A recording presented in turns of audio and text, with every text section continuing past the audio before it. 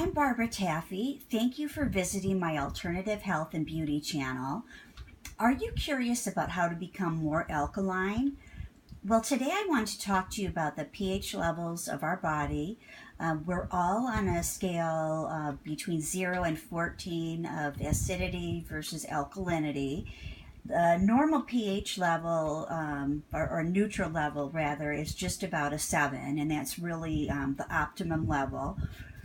Most Americans are just way too acidic. Acidic food causes inflammation in the body, and inflammation is the cause of just so many problems, including arthritis, acne and other skin problems, fatigue, bloating, weight gain, and just a whole host of other diseases, and also for pain in the body.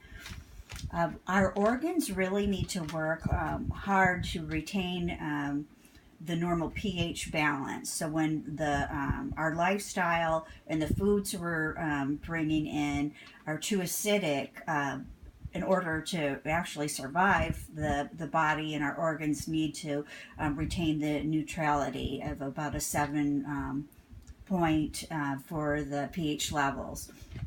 One of the problems of having too much inflammation in the body is that, of course, there's the undue stress on our organs, but our organs also are taking away calcium and magnesium from our teeth, bones, and our muscles just to help them bring the pH balance to an optimal level.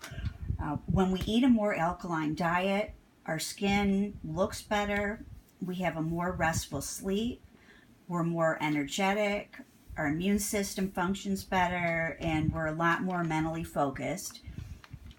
A good rule of thumb is alkaline foods are mainly fruits and vegetables, and the worst acidic fruits are the fast foods and the junk food, which is part of most Americans' diet.